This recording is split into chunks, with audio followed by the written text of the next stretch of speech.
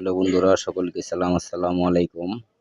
যারা প্রেম ভালোবাসায় অনেক কষ্ট করতেছেন কিন্তু প্রেম ভালোবাসাকে সার্থক করতে পারতেছেন না, কোনো ভাই কোনো বোন এই কাজে যদি ব্যর্থ হয়ে থাকেন, ভালোবাসা যদি ব্যর্থ হয়ে থাকেন, তাহলে আপনি ভালোবাসাকে কীভাবে সার্থক করবেন, কীভাবে ভালোবাসাকে বিজয় করবেন, সেইটার বিষয়ে আমি এখন কথা বলবো।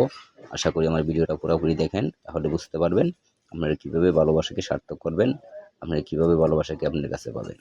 সেই বিষয়ে আমি এখন কথা বলবো। এটি একটি পরীক্ষিত, অতি তাড়াতাড়ি এই কাজে আপনারা সাকসেস হতে পারবেন। তো এই বিষয়ে আমি কথা বলবো, আমার ভিডিওটা পুরোপুরি দেখেন, তো দেখলে বুঝতে পারবেন। এই দেখেন হরফ লেখা আছে এখানে, তুয়া হরফ, এই লেখাগুলি আপনারা সবই লিখতে পারবেন এবং কি এই লেখাগুলি অতি সহজ একটি লেখা, এটা সবাই বুঝতে পারবেন। তো এই যে এরকম একটি কাগজের ভিতরে, একটি সাদা কাগজের ভিতরে এরকম ঘর বানাবেন। ঘর বানানোর ভিতরে এই যে এক একটা লাইনে 30 বার করে তুয়া হরফ লিখবেন, 3টা লাইন